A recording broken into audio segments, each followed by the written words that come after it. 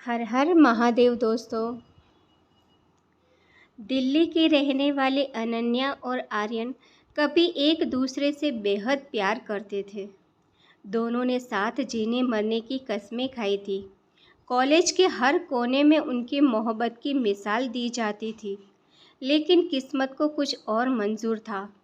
आर्यन के पिता पर अचानक भारी कर्ज चढ़ गया। परिवार को बचाने के लिए उसे बिना कुछ बताए दूसरे शहर जाना पड़ा। उसने अनन्या से दूरी बना ली ताकि वह उसकी मुश्किलों में न फंसे। अनन्या ने समझा कि आर्यन ने उसे धोखा दिया है। रोते रोते उसने अपने दिल के दरवाजे हमेशा के लिए बंद कर दिए। समय बीतता गया और 5 साल बीत गए। अनन्या अब एक बड़ी इवेंट मैनेजमेंट कंपनी में काम करती थी। परिवार के दबाव में उसकी सगाई मशहूर बिजनेसमैन विवान से तय हो गई। सगाई का दिन आ गया। शानदार होटल रोशनी से जगमगा रहा था। सैकड़ों मेहमान मौजूद थे। तभी अनन्या की बेस्ट फ्रेंड घबराकर उसके पास आई। अनन्या, बहुत बड़ी मुसीबत हो गई है। क्या हुआ? विवान विदेश में फंस गया है। उसकी फ्लाइट कैंसिल हो गई है। वो समय पर नहीं पहुंच पाएगा। अनन्या के पैरों तले ज़मीन खिसक गई। परिवार की इज्जत, हजारों मेहमान, मीडिया, सबकी निगाहें उस पर थी। तभी इवेंट मैनेजर बोला, मैडम, कम से कम एंट्री और फोटोशूट के लिए किसी को आपके साथ होना पड़ेगा, नहीं तो सबको शक हो जाएगा। अनन्या की आंखों में आंसू भर आए। उसी समय होटल का दरवाज़ा खुला। एक लंबा हैंडसम युवक ब्लैक सूट पहनकर अंदर आया। दोनों की नज़रें मिली। अनन्या की सांसें थम गई। आर्यन? 5 साल बाद उसका एक्स उसके सामने खड़ा था। आर्यन भी हैरान रह गया। दोनों कुछ पल तक बिना बोले एक दूसरे को देखते रहे। तभी अनन्या के दोस्त अचानक बोली, आर्यन, प्लीज़ हमारी मदद करो, सिर्फ आज की शाम अनन्या के डैड बन जाओ। आर्यन ने अनन्या की तरफ देखा। अनन्या की आंखों में बेबसी थी। आर्यन ने गहरी सांस ली और धीरे से कहा, ठीक है, आज की रात मैं तुम्हारा डैड बनूंगा। अनन्या का दिल 5 साल बाद फिर से जोरों से धड़कने लगा, लेकिन उसे नहीं पता था कि आज की रात सिर्फ एक नाटक नहीं बल्कि उसकी ज़िंदगी का सबसे बड़ा मोड़ बनने वाली थी। होटल के भव्य हॉल में संगीत गूंज रहा था। मेहमानों की नज़रें मुख्य प्रवेश द्वार पर थी। इवेंट मैनेजमेंट ने धीरे से कहा, मैडम, अब आपकी ग्रैंड एंट्री का समय हो गया है। अनन्या ने घबराकर आर्यन की ओर देखा। क्या तुम सच में यह सब कर पाओगे? आर्यन मुस्कुराया। आज भी अगर तुम्हारी इज्जत बचानी पड़े तो मैं पीछे नहीं हटूंगा। उसने अपना हाथ आगे बढ़ाया। कुछ पल झिझकने के बाद अनन्या ने उसका हाथ थाम लिया। जैसे ही दोनों ने साथ में हॉल में प्रवेश किया, चारों ओर तालियां गूंज उठी। सबको लगा यही अनन्या का होने वाला पति है। कैमरों की फ्लैश लगातार चमक रही थी। आर्यन हर कदम पर अनन्या का साथ दे रहा था। 5 साल बाद भी उसके चेहरे पर वही अपनापन था। अनन्या का दिल बार बार पुराने दिनों में लौट रहा था। तभी अचानक एक मेहमान बोला, वाह, क्या जोड़ी है। दूसरा हंसते हुए बोला, लगता है दोनों एक दूसरे के लिए ही बने हैं। ये बातें सुनकर अनन्या की आंखें झुक गई। आर्यन ने धीरे से कहा, घबराओ मत, मैं हूं ना। इतने में विवान की माँ उसके पास आई। उन्होंने आर्यन को ऊपर से नीचे तक देखा। बेटा, तुमसे पहले कभी मुलाकात नहीं हुई? आर्यन बिना घबराए बोला, आंटी, मैं काम की वजह से ज़्यादातर विदेश में रहता हूँ। उनका शक कुछ देर के लिए दूर हो गया, लेकिन तभी हॉल के एक कोने से किसी ने आर्यन को पहचान लिया। वह था करण, आर्यन का पुराना कॉलेज सीनियर। करण जोर से बोला, अरे, यह तो आर्यन है, अनन्या का एक्स। पूरे हॉल में अचानक सन्नाटा छा गया। सैकड़ों निगाहें एक साथ अनन्या और आर्यन पर टिक गई। विवान की माँ का चेहरा गुस्से से लाल हो गया। क्या यह तुम्हारा पुराना प्रेमी है? अनन्या के पास कोई जवाब नहीं था। तभी आर्यन आगे बढ़ा। उसने शांत स्वर में कहा, हाँ, मैं उसका अतीत हूँ, लेकिन आज यहाँ सिर्फ इसकी इज्जत बचाने आया हूँ। पूरा हॉल उसकी बात सुनकर चुप हो गया। लेकिन तभी होटल के बाहर कई लग्जरी गाड़ियां आकर रुकी। ब्लैक सूट पहने दर्जनों सिक्योरिटी गार्ड अंदर आए। उनके पीछे एक प्रभावशाली शख्स अंदर आया और सीधे आर्यन के सामने झुककर बोला, सर, बोर्ड ऑफ डायरेक्टर आपका इंतज़ार कर रहे हैं। आपकी कंपनी का 5,000 करोड़ की डील साइन होने वाली है। पूरा हॉल स्तब्ध रह गया। अनन्या की आंखें फैल गई। उसे पहली बार एहसास हुआ जिस लड़के को अब उसने 5 साल पहले मजबूर और बेबस समझा था, आज वहीं देश के सबसे सफल उद्योगपति में से एक बन चुका था। और तभी होटल का मुख्य दरवाज़ा फिर खुला। इस बार अंदर आया विवान। उसके चेहरे पर गुस्सा साफ दिखाई दे रहा था। वह सीधे आर्यन और अनन्या की ओर बढ़ने लगा। पूरा हॉल खामोश था। विवान तेज कदमों में मंच तक पहुंचा। उसकी नज़र सबसे पहले अनन्या पर गई, फिर आर्यन पर। तो मेरी गैरहाजिरी में मेरा स्थान किसी और ने ले लिया। उसकी आवाज़ में गुस्सा साफ झलक रहा था। अनन्या तुरंत बोले, विवान, बात वैसी नहीं है जैसे तुम सोच रहे हो।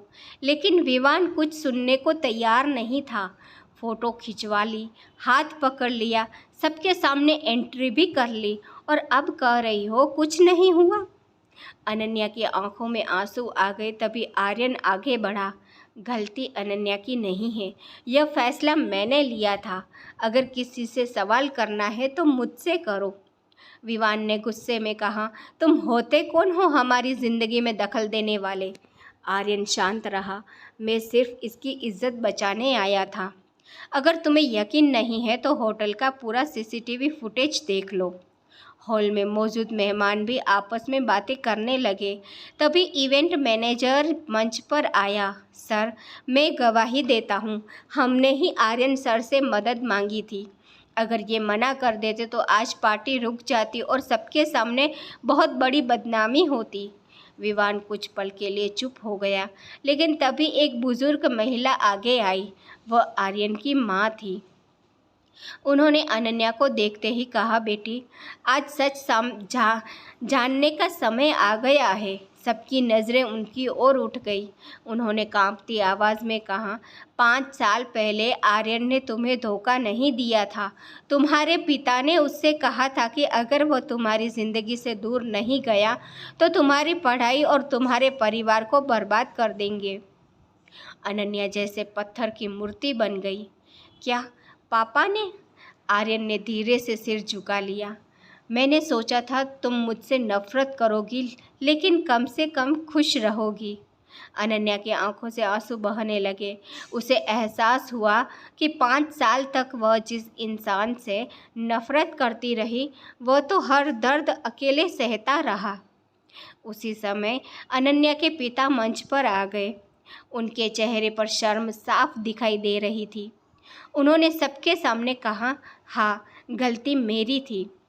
मैंने दौलत के लालच में 2 सच्चे दिलों को अलग कर दिया। पूरा हॉल स्तब्ध रह गया। अनन्या ने पहली बार अपने पिता की ओर देखा और फिर आर्यन की ओर। उसके दिल में फिर वही पुराना प्यार जाग उठा। लेकिन तभी विवान ने माइक्रोफोन उठाया और मुस्कुराते हुए कहा, अगर सच यही है तो अब मेरा भी एक सच सुन लीजिए। उसकी बात सुनकर पूरा हॉल फिर से शांत हो गया। पूरा हॉल शांत था। सभी की निगाहें विवान पर टिकी थी। विवान ने माइक्रोफोन हाथ में लेकर गहरी सांस ली और कहा, आज तक आप सबने मेरी और अनन्या की सगाई की खबर सुनी, लेकिन सच यह है कि यह रिश्ता सिर्फ परिवारों की इच्छा से तय हुआ था। अनन्या हैरान रह गई। विवान ने उसकी ओर देखकर मुस्कुराते हुए कहा, अनन्या, मैंने कभी तुम्हें मजबूर नहीं करना चाहा। मैं जानता था कि तुम्हारे दिल में किसी और की जगह है। हॉल में फिर से फुसफुसाहट शुरू हो गई। विवान ने आगे कहा, आज जब मैंने तुम्हारी आंखों में आर्यन के लिए वही प्यार देखा तो मुझे समझ आ गया कि 2 सच्चे प्यार करने वालों के बीच मैं कभी खुश नहीं रह सकता। इतना कहकर उसने अपनी जेब से सगाई की अंगूठी निकाली। वह अनन्या के सामने आया और बोला, मैं यह रिश्ता यहीं ख़त्म करता हूँ। यह सुनते ही पूरा हॉल स्तब्ध रह गया। अनन्या की आंखों से आंसू बहने लगे। विवान मुस्कुराया, ये आंसू मेरे लिए मत बहाओ, मैं तुम्हारी खुशी चाहता हूँ। इसके बाद वह आर्यन के सामने पहुंचा। कुछ पल दोनों एक दूसरे को देखते रहे। फिर विवान ने अपना हाथ आगे बढ़ाया। आर्यन, इसका ख्याल रखना। 5 साल पहले तुमने इसे खोया था, अब दोबारा मत खोना। आर्यन की आंखें भी नम हो गई। उसने विवान का हाथ मजबूती से थाम लिया। पूरा हॉल तालियों से गूंज उठा। तभी अनन्या अपने आंसू पोंछते हुए आर्यन के सामने आई। धीरे से बोली, क्या इतने साल बाद भी तुम्हारे दिल में मेरे लिए जगह है? आर्यन मुस्कुराया, मेरे दिल से तुम्हारा नाम कभी गया ही नहीं। अनन्या खुद को रोक न सकी। वह दौड़कर आर्यन के गले लग गई। पूरा हॉल इस भावुक पल का गवाह बन गया। अनन्या के माता पिता भी उनके पास आए। उन्होंने हाथ जोड़कर कहा, हमें माफ़ कर दो। हमने दौलत के पीछे भागकर अपनी बेटी की खुशी छीन ली थी। आर्यन ने सम्मान से उनके पैर छुए। बीती बातें यहीं ख़त्म करते हैं। अब हम सब एक नया अध्याय शुरू करेंगे। 6 महीने बाद उसी होटल में फिर से रोशनी थी, लेकिन इस बार किसी की सगाई की नहीं, आर्यन और अनन्या की शादी थी। 7 फेरे लेते समय आर्यन ने मुस्कुराकर कहा, 5 साल पहले किस्मत ने हमें अलग किया था। अनन्या ने उसकी बात पूरी की, लेकिन इस बार किस्मत भी हमें अलग नहीं कर पाएगी। दोनों ने एक दूसरे का हाथ थाम लिया। आसमान में आतिशबाजी चमक उठी और पूरा माहौल तालियों से गूंज गया। यहीं से उनकी अधूरी प्रेम कहानी हमेशा के लिए पूरी हो गई। तो दोस्तों, कहानी कैसी लगी कमेंट करके ज़रूर बताएं और हमारे चैनल को लाइक सब्सक्राइब करना ना भूलें। Thank you for watching.